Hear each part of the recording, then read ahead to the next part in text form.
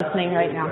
Okay, so my name is Shelley Wood, and I'm a registered dietitian right across the street. I specialize in spinal cord injury in the acute rehab center. I've been there for a little over a year now. I absolutely love it over there. I'm pleased that you guys invited me to talk today, and totally stoked to teach you about nutrition. Qualifications, I want to tell you that I have a Bachelor's of Science in Nutrition with a concentration of dietetics, which is a lot of physiology and chemistry and metabolism and lots of science classes. One more class and I would have been a chem major, so I didn't take it. I had an internship that was 7 months long, full-time. I had a credentialing exam that I sweated bullets over, but I passed it and became a dietitian. And I am currently a Master's of Public Health student. I should be done this time next year, studying prevention and chronic disease and things like that. So I think I'm well equipped to talk to you guys about nutrition. So let me see where I'm going to go with this. Okay, oh, in 2024, you're going to have a master's to be a dietitian, by the way. So it's going there. So nutrition, what's it important for? It is important for overall wellness, energy. Can everybody hear me okay? I feel like there's an echo in here too.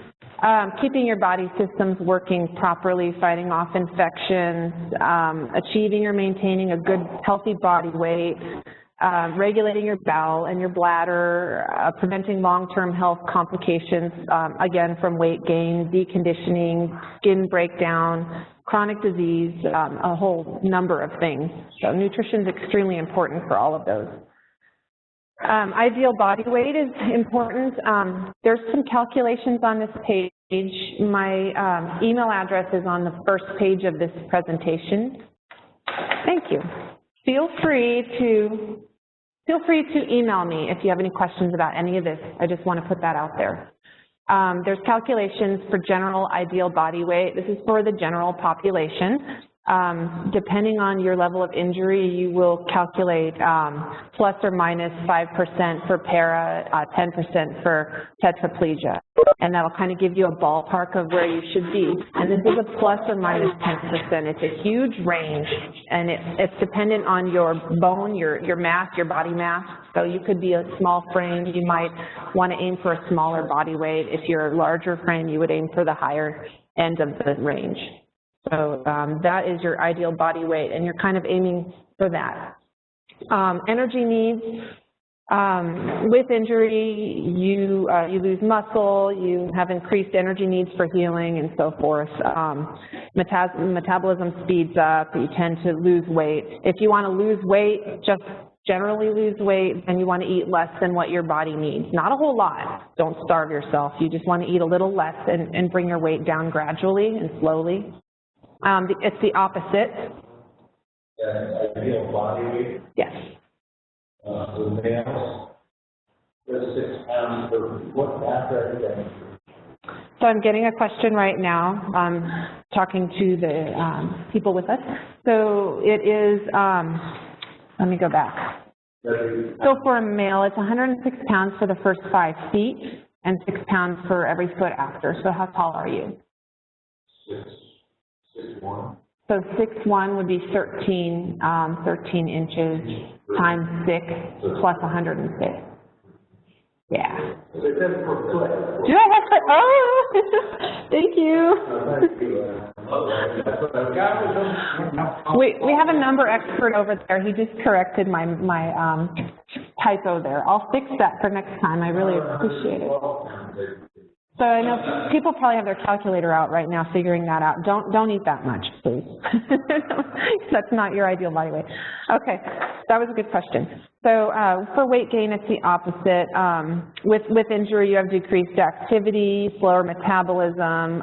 Often people resume their previous diet pattern. 100 extra calories a day equals about 10 pounds of body weight gained in a year. So that's, if you think about 100 calories is not really a lot. So if you're eating 100 more than you need every single day, you're going to gain weight. To gain weight, you eat more than your body needs. So, and then increased weight puts stress on your body, stress on caregivers, stress on your health, everything. So it's a good idea to stay close to your ideal body weight. Get there, stay there. More calculations. So how many calories do you need? I had a good question earlier. This is going to, oh, let me go back. Ideal body weight. Okay. I'm missing some slides. Hold on 1 second. There we go. Oh, there we are. Okay, so the higher the level of injury, the lower the amount of calories that you need every day. Age, physical activity, metabolism, chronic illness, all of that, it's all dependent on that. Generally, if you're looking at how much you weigh, generally for quadriplegia, you want 10 to 12 calories per pound of what your weight is. For para, it's 13 to 14 calories per pound. Depending on your level of injury, you may adjust, and what I would suggest doing is pick a number and go for it, and then watch your weight. And if you start to creep up, then you want to lower it a little. I have a question. I think that's how many average. I haven't seen any, how much they burn it. It's definitely, most definitely, yeah. So the comparison on calories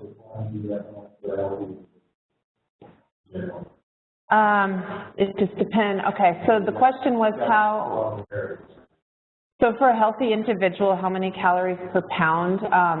Probably somewhere around 30 calories per pound. Or 30 calories, actually that's in kilograms, it's kilograms I'm using. That's what I usually work with is kilograms. So I'm going to get back to you on that. So, this is calories per pound. I'm doing pounds on this one for sure because most people don't work with kilograms. That's all I work with over there. Somewhere around there, yeah. Right. So these numbers cut down dramatically. No. Okay, so yeah, he's just trying to compare the calories per pound to a healthy individual that doesn't have any level of injury. And then the question that you asked a minute ago, again, what was that question? I'm sorry. You just asked a question just a second ago. Oh, sorry. What was the average? Okay, yes, he wanted to know if there were studies out there that that talks about the average number of calories burned for para and quad, and I haven't seen any. So these are just ballpark figures from a guide that I got, spinal cord injury guidelines that I got from what's available now. So again, just need to play around with the numbers and keep track of your weight, and when you see it shifting a little bit, just adjust like that. Because everybody is different. Okay, so protein.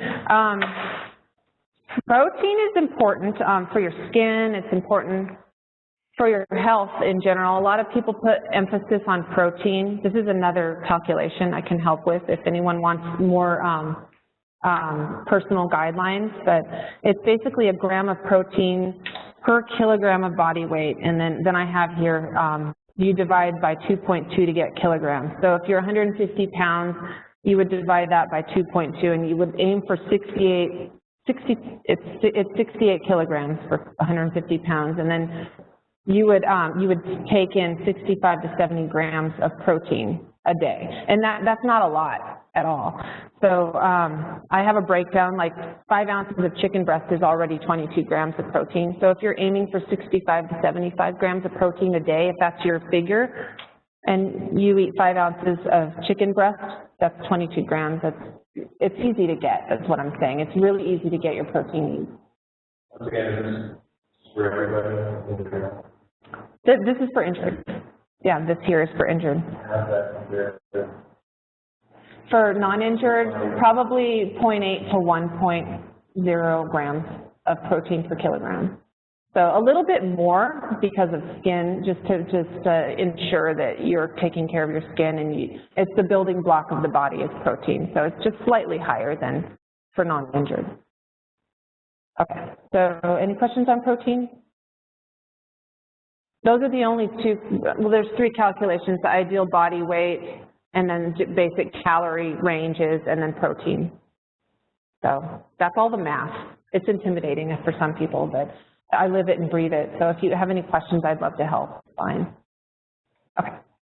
Digestion. I love this slide a lot because it looks complicated, but it's pretty simple. It's just what happens to food. And it's interesting because a lot of people, they just eat food and it comes out the other end and you just don't know what happens in there. But so I like that it breaks down, that food's broken down in your mouth and you swallow it, your esophagus pushes it down in waves.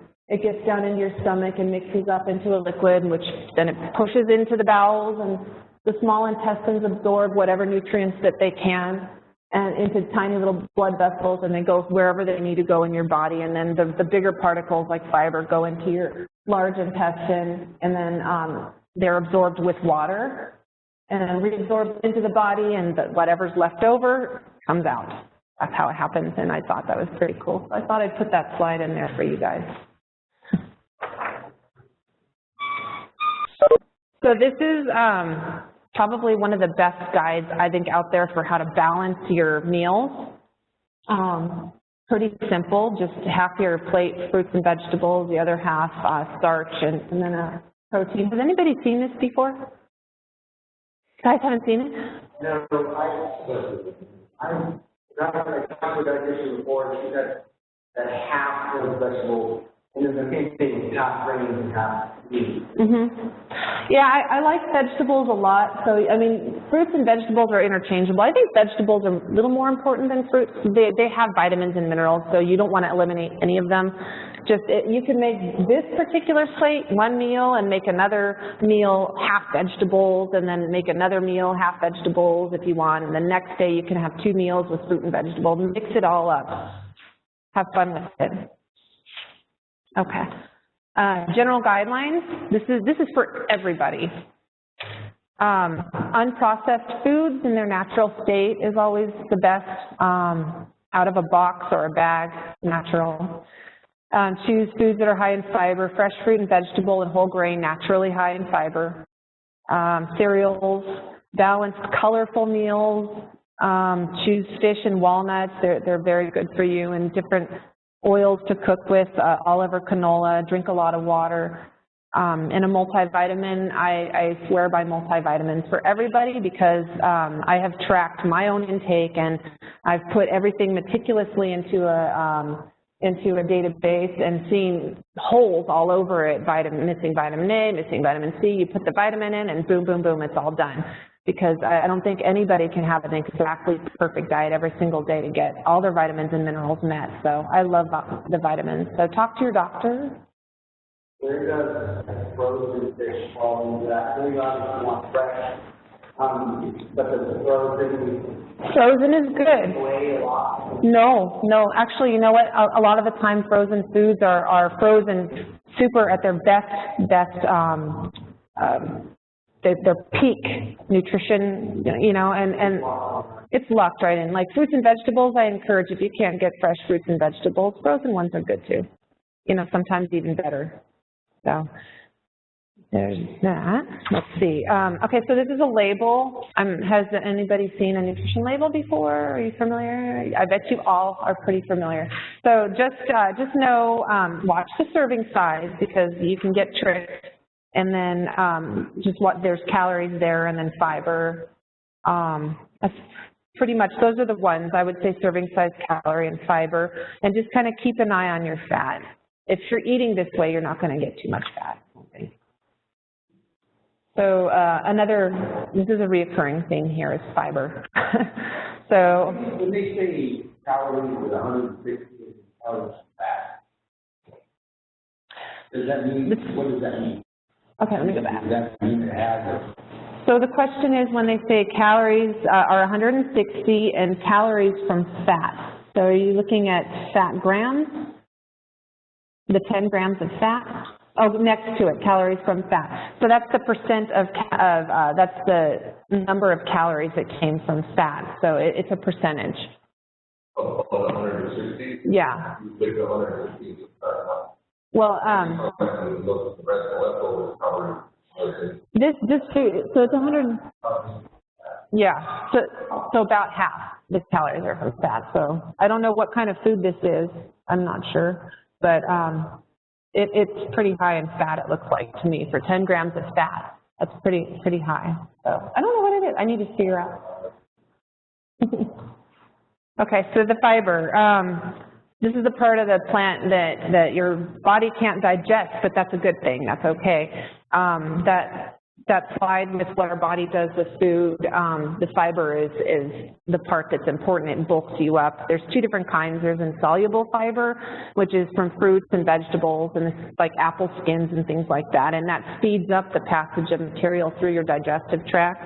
Also helps prevent and relieve constipation. Then there's soluble fiber, which is beans and oatmeal and barley and cereals and broccolis and things like that, and they slow the passage of material through. So the two work together. They're both really good together, and they absorb water, and it softens and enlarges the stool and helps you with constipation. So fiber is extremely important. Back up here. Back up. Which one is, so the roughage fruit and vegetable, and they're the ones that go pretty quick? They're quicker, yes. But you want both for them. And I have more information on what different foods that have more fiber coming up. Oh, yeah, the question was, he was asking about insoluble, the roughage. He was just clarifying, making that it speeds up process of material through the digestive tract.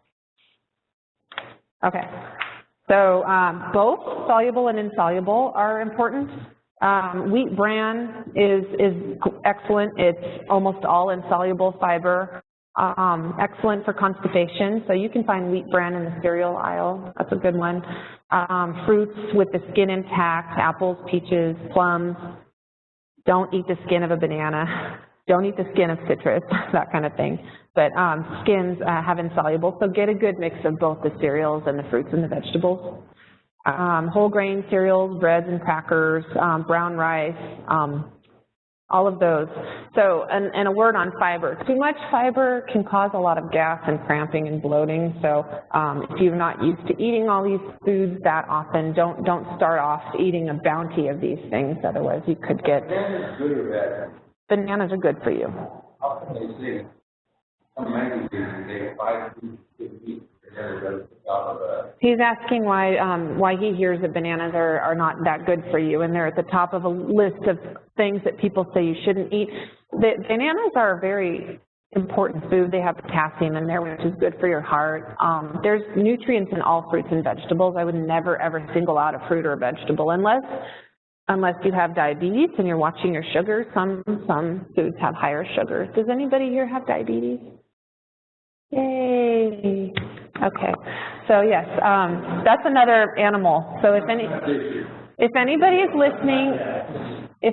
listening and you have diabetes or heart disease or hypertension or anything like that, you can go ahead and email me and I can give you more information on that specifically. So these are kind of general guidelines, diet guidelines. Okay, so fiber.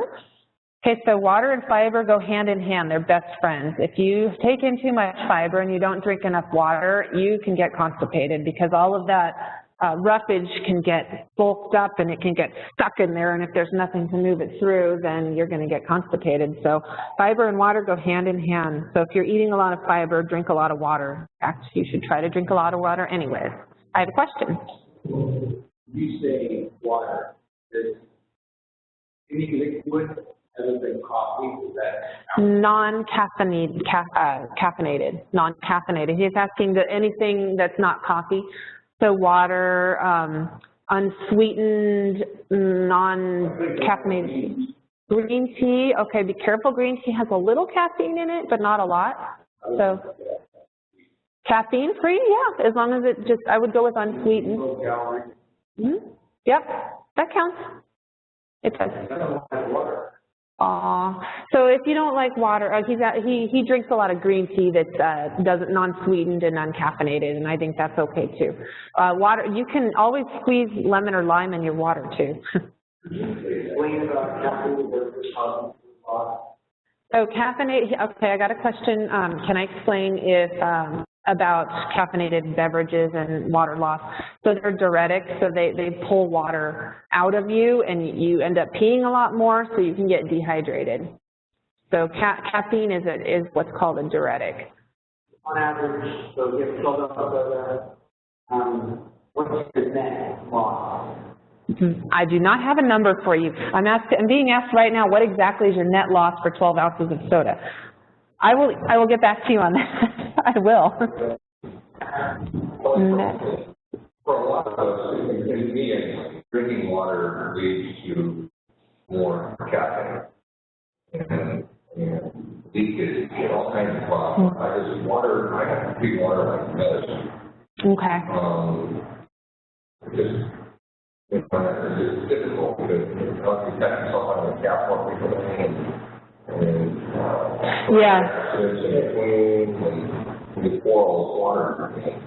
Okay, so yes, I got a very valid comment here about drinking too much water and caffeine and leaking and problems and things like that. So it's an adjustment thing. I wouldn't go crazy on the fiber and then not eat. You're going to have to kind of play around with the two things to make sure that you have a good balance. You may already right now have a good balance. Uh-oh, I'm seeing someone shake their head. I too, constantly being told that I understand to drink more water. I hate water, right. Especially at night, not drinking water.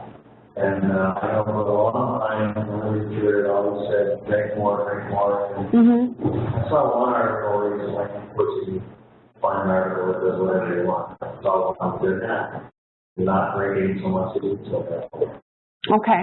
Well, for injuries, I would say definitely want to try to get in more fiber, and it's kind of it's a fine line. Yeah, the more fiber you want, more fiber for your bowels, but you also need more water with it. So it's kind of a fine line. You know what? I have a couple of colleagues that have a lot of years of experience between them. I think these are good questions, so I'd like to get your contact information or anyone else who wants more information on that, because that's a really good question. So, okay, so I have a note here. The general guidelines are 10 to 12 cups of water. That might be way too much for some. So I think you're going to have to play around with fiber and see how your bowel movements are going and how your capping is going and how much you have to pee, and just get a good mix. But just be wary of not having too much of one or the other. What is a cup? A cup is 8 ounces. You guys love your math today. I just got asked how many ounces is a cup of water or fluid. Okay. Fruits and vegetables. So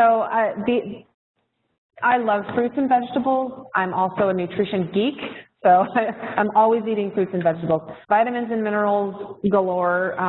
You can get potassium, fiber, folate, vitamin A, vitamin C. It's helpful to know what all of those are for, and so general info is potassium helps maintain your blood pressure. So fiber helps with cholesterol and can lower your risk of heart disease. Again, it helps relieve constipation or prevent it. Folate helps the body form red blood cells. That's important. Vitamin A helps your eyes and your skin. Protects you against infections. It's an antioxidant, which helps you. I don't know if you're familiar with free radicals, but they're crazy little things in your body that can cause damage inside of you, and so vitamins and minerals help protect against that. C helps with your skin, helps heal cuts and wounds, and keeps your gums and teeth healthy. Vegetables fill you up with the fiber. Obviously, you're going to feel a little bit fuller with that, and they're also naturally low in fat and calories, so you can eat a little more and feel a little more comfort. You know, if you're on a diet and you're not eating enough food, chances are you're not eating enough fruits and vegetables. So that'll really help. Colors, aim for all the colors of the rainbow every day. Just play around. I have a question. 1 to 2 fruits. 1 to 2 servings of fruit. Clarify what is serving. Okay, so a serving of fruit would be like a small apple or small banana or a small orange or like a handful of grapes. So like a handful of something usually. Go for butt. You might want some guidelines on serving sizes. Because I was just asked serving size. when you think fruits and breakfast or fruits and vegetables, that's just a lot of. I mean, even before I got hurt, you see the RDA, the guidelines, and it's like, can you be constantly eating or the eat everything that they say you eat per day? And so even now, it's even harder when they say, oh, even right now, what if we do some breakfast? They have low, I know, they're lower in calories too, which can seem kind of daunting. The question was, well, he's commenting about how much food, like 1 to 2 seems like a whole lot. 1, you could go with 1. It just depends on your needs. If you don't need that many calories, then it might not be as much as you think. But aim for the small. If you're not used to eating lots of fruits and vegetables, aim for the smaller side, just so your body doesn't get all upset with you. So go for one fruit with breakfast, maybe 2 servings, 1 serving, serving of vegetables with lunch and dinner. If you want a snack, have a fruit, something like that. Shelley has a question here. Yes. They're asking, are fruit veggies just as good as raw? Yep. I've heard they use their balance for fish. They can. Overcooking can decrease value for sure. So you want to just cook it to the point where it's, like think about Brussels sprouts or broccoli. If you overcook it, you ever see how it turns kind of an ugly color? It loses that beautiful green. So you want to cook it just to the point where it's chewable. And that'll save as many nutrients. Boiling's good. Short amount of time, I would say. Stir frying is really good, definitely. Raw is always good. Did that answer the question okay? Yeah? Okay. Okay, so let's go to the next one. So colors, aim for colors. I don't have a slide on this. I forgot to add it, but I just want to say when you're shopping, because I mentioned that I wanted to talk about shopping, aim for the perimeter of the store. If you can picture the store where you shop at, aim for the outside. So you know the produce is usually on the outside, the meats are on the outside, the dairy is usually on the outside, and then you would probably want to go for your beans and your spices and cereals and things on the inside, because all of the processed foods on the inside of the store. Have you noticed that? Yeah, the outside of the store. So kind of stay on the outside as much as you can, and I feel like you can't go wrong too much. And then you start going up and down the aisles, and you're seeing the chips and the crackers and all the processed junk food and, yeah, Frankenfood.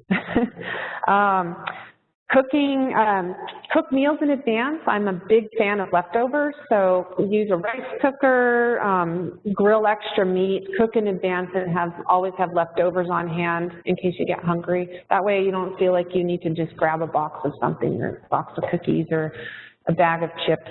Keep food around at all times, healthy food. What do you think about yams? I love yams. I got a question. What do I think about yams? I think yams are fabulous. Yams, sweet potatoes, even potatoes, baked potatoes, all of those root vegetables are good. Even the sour cream and butter. Okay, even with sour cream and butter, once in a blue moon, yeah. Yeah. Once in a while. Okay, so protein, we talked about that earlier. I'm doing okay on time. Protein are the building blocks of the body. They help build and maintain muscle, organs, skin, help prevent your skin from breaking down, infection, help you with energy, your immune system, curbs hunger, helps you feel full. Different sources of protein. There's a lot of different sources of protein. In fact, I'm just going to flip to this slide and take a look at that. Now, the top left, that is not butter, okay? That's tofu, just so you know. So you want to aim for a wide variety of protein. Do I have any vegetarians here? No? Cheese is good. Cheese has protein, and it has calcium, too. Cheese is good. Cheese is in a different category. It has protein, though. So these are the main sources of protein here. So get a wide variety of protein too, different kinds. There you go. There's your cheese right there. So dairy and calcium, fortified foods, low-fat, non-fat dairy, important for building and maintaining your bones. Let's see, also has vitamin A, B, and D.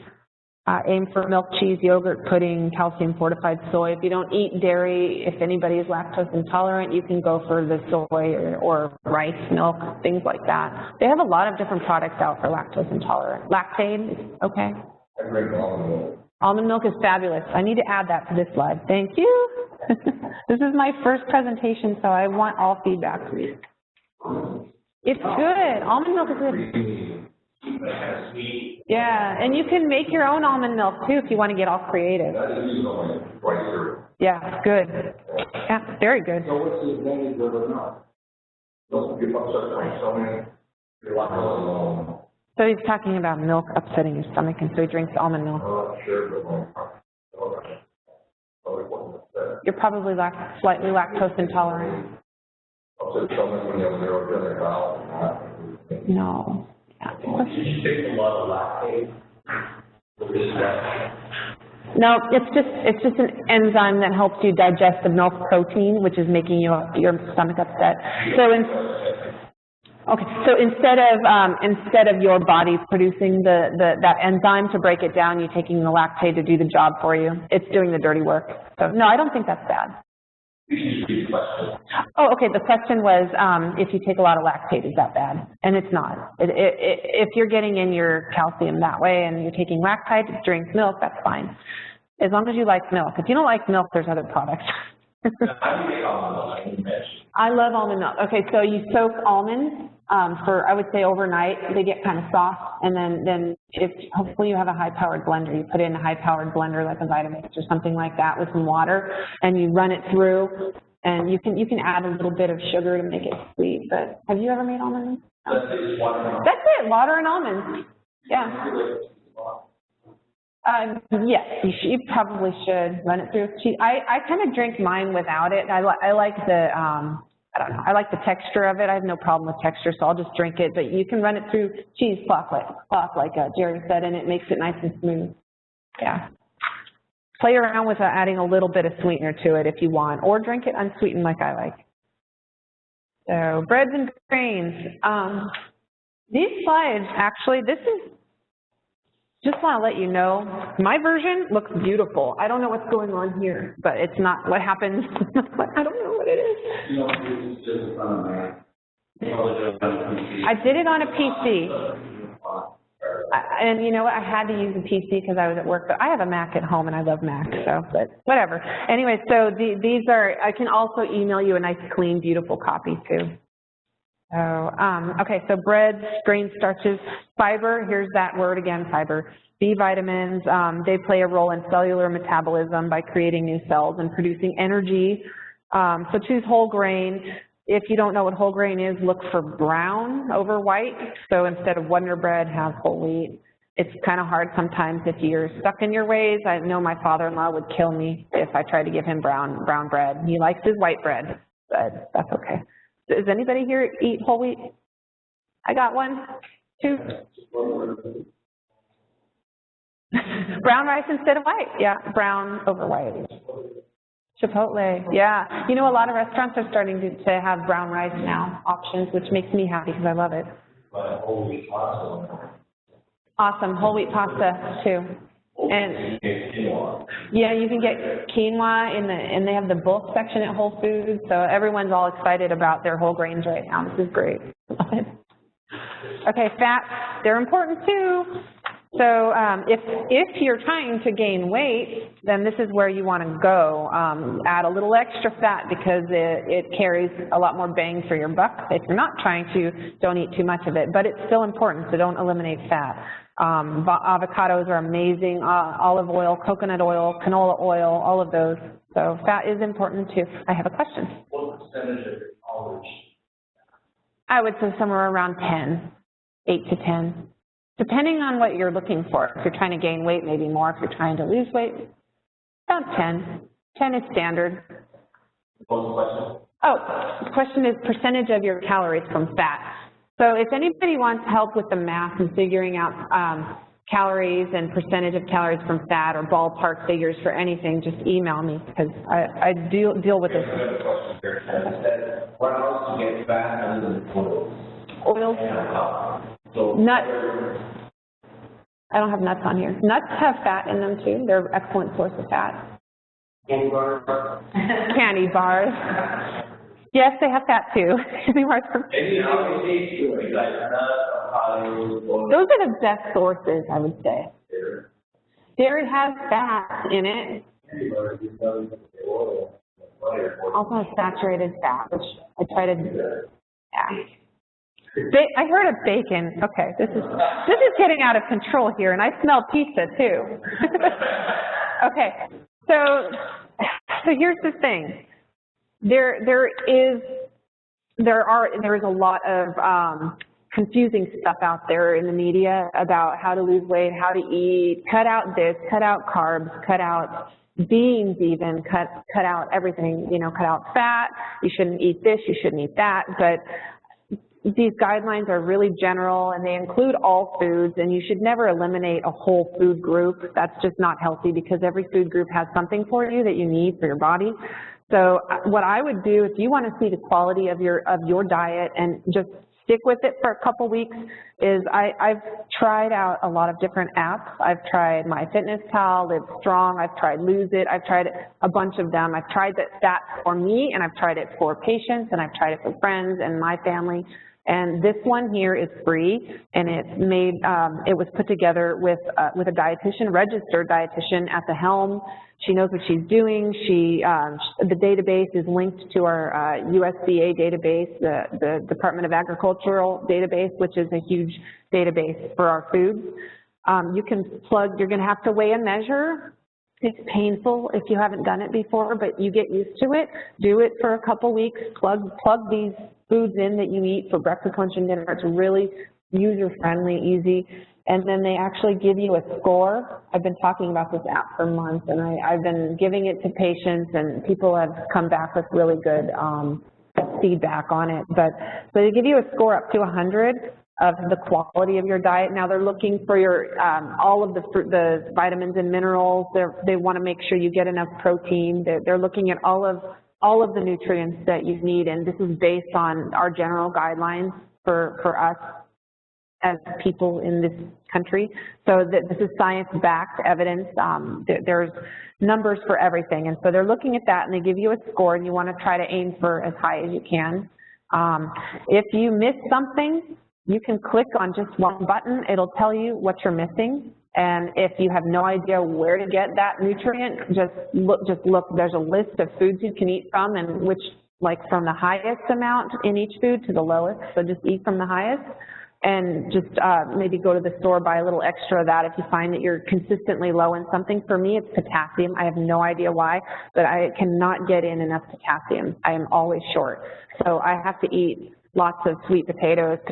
I throw a banana in here or there. Bananas aren't as high as you would think in potassium. So I eat a lot of sweet potatoes, and I usually get it there. I have a multivitamin even. I'm still short. So this thing taught me that I need to eat more potassium, and I also get lots of cramps. I swim, so I get a lot of cramps, and that's a potassium thing too. So, so if you're, it will tell you. You have to stick it out. You have to weigh and measure what you're eating for a week or so, or two, to get a good picture. And every single day you're going to get a nutrient score. The question was, how will we know if we're low? So every day you'll get a nutrient score, and you'll see there's happy faces and sad faces. Snacks, everything you eat. Breakfast, lunch, dinner, and snacks. You wanted to know. You tell us that exactly what Yeah, you enter. It doesn't matter, whatever you put in there. It's looking at your day in general. He's saying he doesn't eat 3 meals a day. So whatever you put in the app, it will tell you at the end of the day where you're at nutritionally. And it's an app, and it's also online. So if you don't have like an Apple product, or I think the Android has it too. If you don't have something that you can get an app on, you can just pull it up online. The website's there too. A question? So but you punch in your weight beforehand. So it's like, okay, my caloric intake is supposed to only be 1,600 calories, and then you'll calculate for that. That's a good question. So he's wondering if it will like have the weight, your calories there already. So it's going to do a calculation based on like the initial ideal body weight that I showed you. It'll be kind of close to that. You go in and customize it, figure out what your ideal body weight or your ideal calories are based on what I've taught you, and I can help you with that. And then you can go in and customize. You can plug that number in there, so that way you're following that number, not the one they give you, because the number that they give you is probably going to be too high for you, not based on your injury. So this is uninjured. So yeah, if you're low, it'll tell you what to eat. If you're too high, you just click on another, like the smiley face. It's really user-friendly, and it'll give you a graph, like a pie chart. It'll tell you where you got it. So like tuna sandwich here and this, and like if you ate too much sodium, it'll show you like, oh my goodness, 65% of my sodium came from that soup I had for lunch. You know, they also have fast food in there too, so you can find if you're eating something out. Chances are they'll have it. If they don't have it, you can find something really close. So you have to weigh and measure, but I highly, highly recommend this because it'll tell you how you're doing, and I trust this. So, okay, so last slide. When to worry, when you should worry. I'm going to go here. I want you to look at this while I'm talking to you.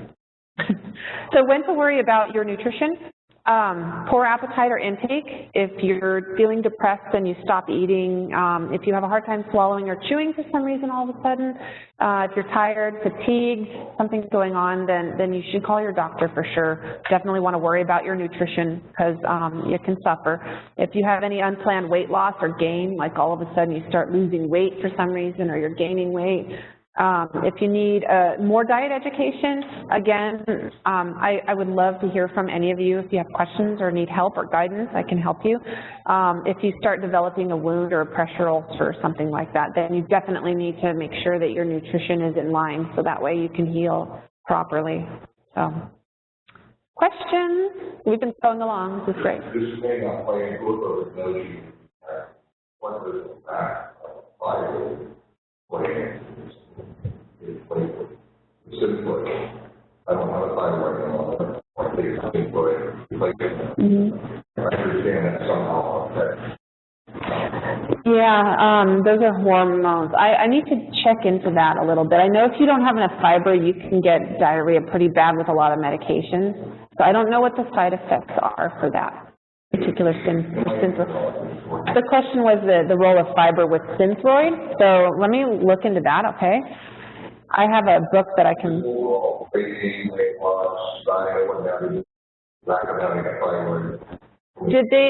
Did you get a booklet on? Do you have like the side effects and things you should watch out for? I'll look it up for you too. And fiber. I'm going to look up synthroid for this gentleman. Okay. Questions? Did you take probiotics? What if you do too much? Ooh, it can give you a lot of gas. So the question is, what if you take too many probiotics? So probiotics, they put in healthy bacteria into your gut. So I like probiotics for when you've been on antibiotics and things like that because you tend to lose the gut health there, and so you're repleting it with new. They're little critters, little bacteria that you're putting back into your gut to get it back up to health. But if you take too much, you can get gas, and the reason why is because it's they're digesting each other in there in your gut, and they can let off gas. So you can get really bloated and gassy, and you can even sometimes get diarrhea. But for the most part, it's just this nasty bloated gassiness from too much. So you can have like an Activa in the morning. That should be okay, but I wouldn't go eating 10 of them a day or anything like that. And then taking capsules too. That's dangerous. Questions more? Be careful with that. Is it Activa yogurt? Activa is good. Yeah, it's good. It's a good yogurt, but I would only have their little tiny containers. Have one a day. Maybe they're good. But they got calcium in there, and there's some probiotics, which are good. Those are good, but they also cause these Yeah, I got a comment here about Activa causing a little diarrhea. And everybody's different, so different foods react differently to different people. Do I have questions online? Nothing. I've gotten a lot of good questions along the whole way. I'm glad we kind of answered them as we went while we were on that topic. That was good. This is your source of music, NonOrganic toolkit. Yes, yes. This came out. I had to buy it. so my main credentialing agency, Academy of Nutrition and Dietetics, it's a huge agency that kind of we get a lot of our science-based evidence from, and they had a couple of experts, actually quite a handful of experts went and they just scoured the internet, scoured all research, and put together a toolkit for me.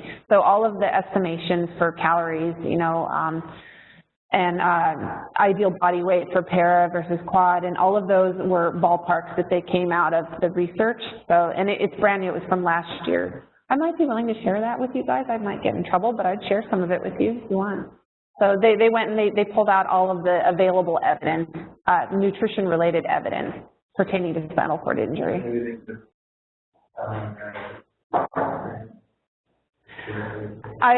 The question was, is there anything different found in there, you know, different? You know what, I found nothing surprising, and I was really grateful that they came out with it when they did, because I just started just over a year ago with the spinal cord injury population, so I was really happy that this agency came out with something for me. So I've been kind of following this, but I'm also doing my own research on the side and kind of seeing what's out there, and there's not a lot of current stuff out there right now. And I was saying earlier that I'm hoping to do a lot of research in my career with spinal cord injury, because I feel like we're lacking in some areas. And so if anybody has ideas on things that they think that we should get more science on, and you know, I would be willing to jot down that too, because there's not a lot of research out there for spinal cord injury and new stuff. Are there any foods that will help with tendonitis? Okay, so foods for tendonitis, basic joint stuff, like I would eat like salmon, omega type foods, nuts, things like, not too many of those, but yeah, you could go with fish and things like that'll help a little bit. I don't particularly recommend supplements, because supplements aren't regulated very well, and I find that they're a little dangerous because of that. So there's no real regulation in this country on supplements. So go with a multivitamin and get as many nutrients from your diet as you can. But if you're sore, maybe try eating fish once a week, a couple times a week. See if that helps. Questions? Other than fewer calories and a little more protein, any other specific recommendations for spinal cord injuries? Besides, okay, so other than calorie or protein recommendations, do I have any other specific ideas for spinal cord injury? No, just the fiber I think is important. I think that's just the stuff. I think I put pretty much everything that I thought was the most important for your population into the slides here, but I'm constantly looking for more information, and as I find it, I will be sharing it for sure. Definitely want to go with the colorful fruits and vegetables and varied diet. You know, if you want pizza one night, that's totally fine. Maybe balance it out and have a big old salad the next day. You know, I don't believe in eliminating anything in life. It's too short. We love our food. Did you, what was I going to say? I'm going to ask you a question piggybacking off that last one. It'll come back to me. Specific recommendations for spinal injury. Yeah, these are pretty. Yeah, these are pretty specific. I think you can apply this to, I think, anybody. If you're watching your calories, though, and you're eating a little more protein, like you said, you can apply this to pretty much everybody. They're healthy recommendations. You somebody already downloaded the app. So look at this picture that I have up here. I love this picture. So this is the picture of the plate. It's exactly that. So, and that's kind of what it looks like. That's a meal, and I think it's a beautiful meal because it's got brown rice or some kind of a wild rice pilaf thing there, and it looks like it's chicken breast, and I love Brussels sprouts. Who likes Brussels sprouts? Yay! Quite a few. I love Brussels sprouts. Strawberries. Oh, that's a good meal right there.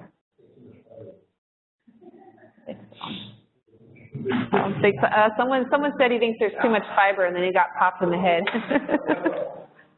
Plate size is important. Plate size is important. Yeah, you don't want a platter. You don't want a platter. So just a standard plate, and you know what? Plates have grown too. They have grown, so they've gotten bigger and bigger and bigger. They used to be much smaller, I think. 50s. So yeah, everyone's eating a little more, so be careful. Value one way or the other, organic versus non-organic? Value, organic versus non-organic. Have you heard of the dirty, is it the dirty dozen? The dirty dozen. So certain fruits and vegetables are better organic, but if price is an issue, I would just go and eat the fruits and vegetables. But if you can afford to eat organic, then certain foods, I think grapes, apples, things like that, where you're eating the skin. Don't buy organic bananas or oranges, please, because you just take the peel off or the outside of it off. So that's not necessary. Don't spend your money on that. Strawberries too. Apples, strawberries. I think it's more preservatives on the phone. Yeah, just wash thoroughly. Wash your fruits and veggies. Yeah. You say wash, what do you mean by Wash with water. Yeah. Wash it, scrub it. They have brushes and stuff, but I don't. It's certain foods, maybe apples. If you're buying apples and you're sure that they were sprayed to death with pesticides, then get out your brush and polish that thing up and eat it. But yeah, well, that's right. Put it on the shelf. Yeah, I want to wash my food. Rinse off one thing you don't wash your mushrooms, you wash those off. You don't like mushrooms. I love mushrooms. I love them, but yeah, you can't really. I once heard that mushrooms are probably Oh no! One of our friends here said protein in mushrooms was comparable to chicken. It's not. There's hardly any protein in mushrooms. Huh? Portobello mushrooms? Not really. Just maybe a tiny bit. But portobello mushrooms are amazing grilled. Have you brush it with olive oil and grill that puppy? I love. Put a little, I put feta cheese or something on top of that. Oh, so good. Jerry's a gourmet cook. Yeah. Any other questions? Yeah. Yeah. So, thank you. So please